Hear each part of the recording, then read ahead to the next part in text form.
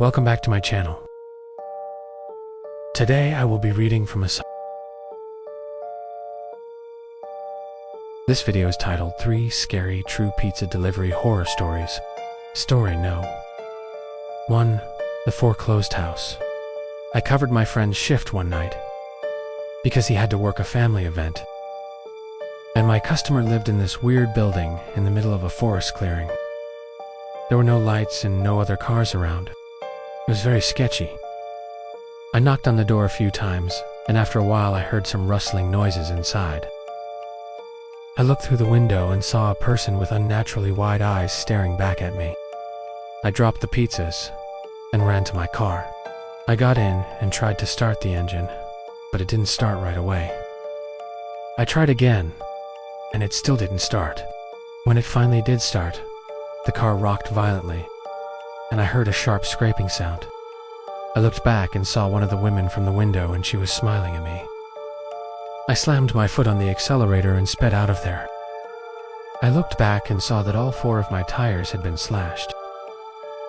I pulled over and called 911 and stayed in my car with my windows up and my doors locked until the police arrived. They found these long, spiky objects that had been used to slash my tires, but they never found the couple that did it. I quit my job the next day. That night I made one delivery to a house in a really quiet and unfamiliar part of town. I was driving in near darkness. I found the house, and it was a small, single-floor building. I knock on the door, and an older man with a very pale face and a slightly gray mustache answered. He invited me in, but I declined politely and waited for him at the door. He came back with the money and said, "Sorry about that, son. Come on in and get warm for a bit." Being young and foolish, I agreed. The moment I stepped in, however, I knew something was wrong. The interior was dark and dingy, and I could feel a slight draft coming from somewhere. The old man followed me in and said, "It's real cold in the basement, but that's where my money is." He started walking slowly towards a dark set of stairs leading to the basement. Concerned that I would be taken advantage of, I quickly punched him as hard as I could across the face. He stumbled backwards, surprised by my sudden outburst. I took that chance to push him to the floor and run as fast as I could to my car. As I was driving away, I heard what sounded like a creaking step from the basement, and I never looked back. I drove straight to my manager and told him what happened. I think my manager called the cops, because I never saw that man again. I was a 16-year-old delivery boy, and we had this house in our delivery zone. It was out in the sticks, and the last time a delivery was made there, the delivery boy, James, apparently, the guy just freaked out when he got there. So I was like, okay, I'll go check it out. So I get to the house, and nobody had cut the grass in a while, and all the trees in the front yard were dead. And then the door opens, and this really old lady is standing there with glaring eyes and missing teeth. She asks if I'm here for the pizza, and I say yes. Then she says, "You're not here with the other one, are you?"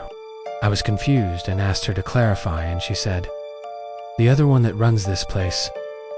She goes back inside, and I hear footsteps and a man's voice.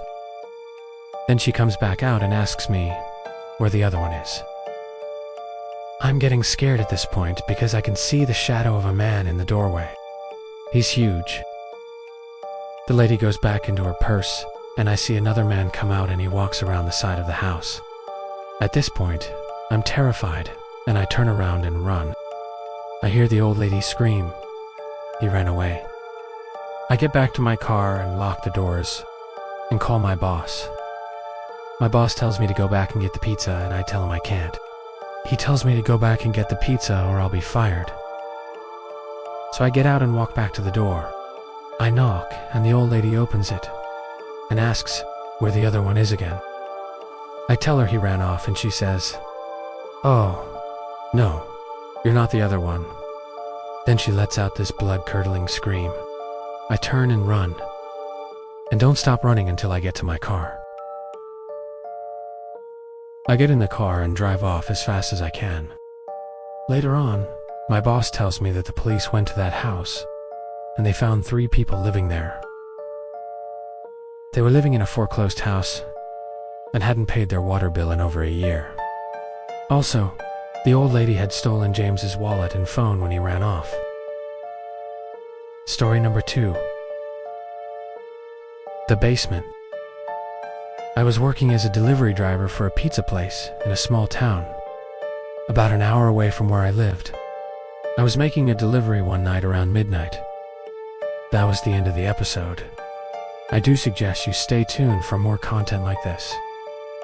Bye.